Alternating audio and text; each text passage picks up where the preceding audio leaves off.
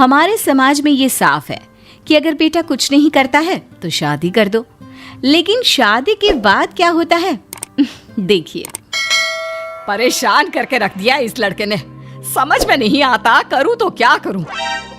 भाभी आप ऐसा क्यों नहीं करती, ब्रिजेश की शादी करवा दीजिए। शादी के बाद ना हर लड़का सुधर जाता है, क्योंकि उसके ऊपर जिम्मेदारी जो आ जाती है। अरे कौन लड़की शादी करना चाहेगी ऐसे बेरोजगार लड़के से। वैसे भी शादी ही हो जाए यही सही है, हमारा सर दर्द तो खत्म हो, फिर तो वही समझे जिसका ये दामाद बनेगा। और कर भी क्या सकते हैं, बेटी का पति है तो पालेगा ही। वैसे बोले तो भाभी मेरी नजर में एक लड़की है, बहुत ही सुंदर और मेहनती। आपका ही तो बात चलाऊं, मुझे तो लगता है कि शादी के लिए मान भी जाएंगे। अरे नेकी और पूछ पूछ, ठीक है बात कर लो एक बार, हो जाए तो हम भी गंगा नहा ले, वरना तो इसकी शक्ल देखने का मन नहीं करता। ऐसे ही बुआ ब्रिजेश की शादी की बात चलाती है और लक्ष्मी के घर वाले मान भी जाते हैं।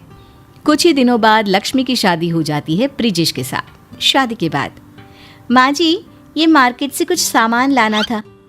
अरे ब्रिजेश को दे देना, वो ले आएगा, वैसे भी उसको कुछ काम तो है नहीं, यही कर लेगा, पड़ा ही रहता है फालतू। माँ जी लेकिन इनको पता भी होगा कहीं कुछ गलत चीज ले आए तो। अरे फिक्र मत कर, कुछ गलत नहीं लाएगा। भाभी इस बेरोजगार को ऐसी चीजों का काफी एक्सपीरियंस है, और वैसे भी आप खुद ही सोच लो, नौकरी तो करता नहीं, घर पर बैठकर क्या करेगा, इसलिए मम्मी इसे ऐसे काम करने को दे देती है। अब जो आदमी नौकरी नहीं करेगा उसको घर के काम ही तो करने पड़ेंगे ना। लक्ष्मी को ये सब सुनकर बुरा लगता है।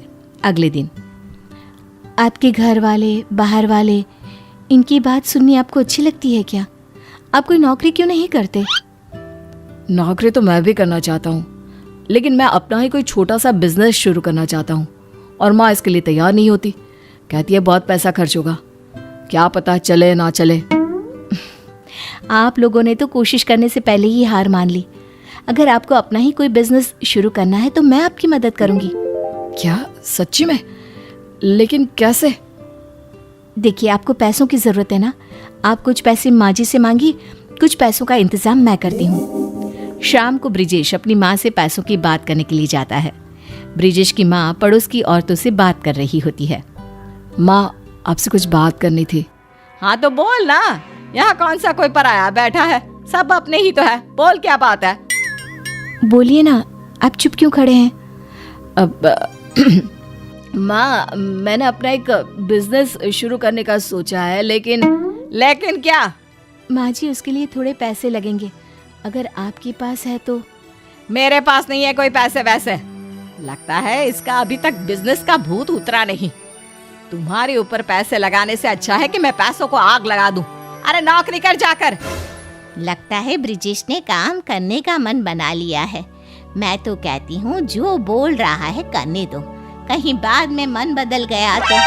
अरे कुछ नहीं, ये बस पैसे खर्च करवाएगा, बिजनेस करना इसके बस की बात नहीं, उसके लिए दिमाग चाहिए। बोल तो तुम सही रही हो, बिजनेस करना हर किसी के बस की बात नहीं, और वैसे भी कौन जाने बिजनेस चले भी या नहीं।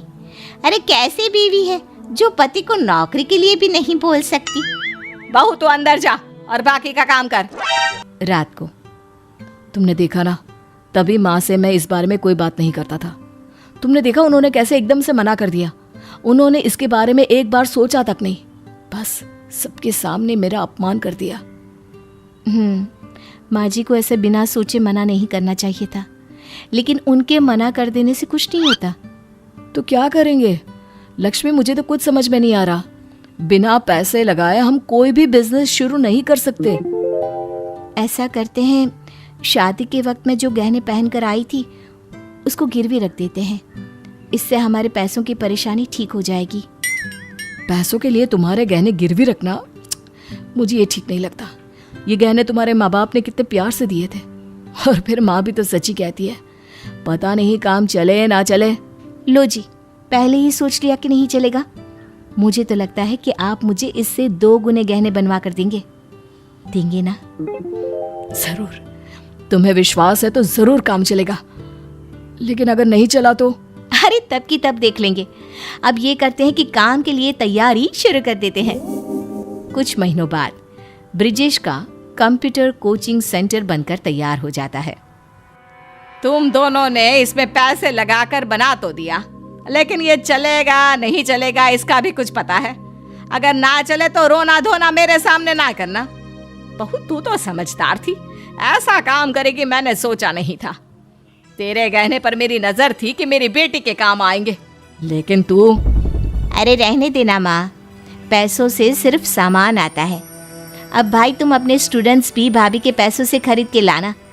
पता नहीं खोटे सिक्के पर कोई भरोसा करेगा भी या नहीं। माँ जी और मेरी प्यारी ननद, जब हम दोनों मिलकर इतना कुछ कर सकते हैं तो मुझे ये भी यकीन है कि हमारा कोचिंग सेंटर भी अच्छे से चलेगा। और नहीं चला तो आप लोगों का तो वैसे भी कुछ नहीं जाएगा। हाँ माँ, मैं इस कोचिंग सेंटर को खूब अच्छे से चलाऊंगा। मैं लक्ष्मी की उम्मीदों पर खरा उतरने की पूरी कोशिश करूंगा।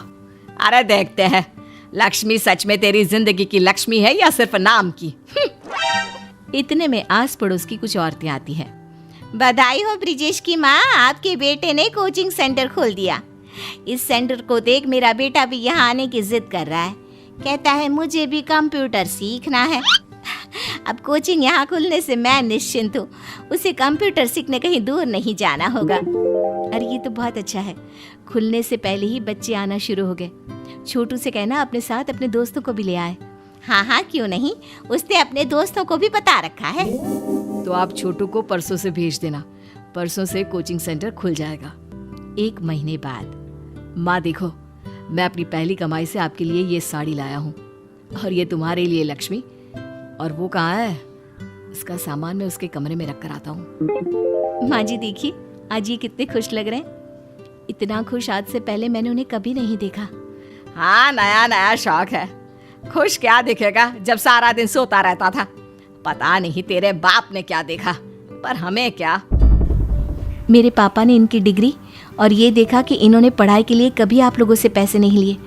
देश के सबसे अच्छे कॉलेज से स्कॉलरशिप से पढ़ाई की। माँ जी ये नौकरी नहीं करना चाहते थे, ये तो आप भी जानती थी। शादी से पहले ही मुझे इन्होंने सब कुछ बता दिया था और मुझे इन पर विश्वास था। हाँ माँ, लक्ष्मी के विश्वास ने ही मुझे फिर से खड़ा किया, वरना मैं तो कुछ नहीं था। मैं तो कहता हूँ कि बीवी हो तो लक्ष्मी जैसी।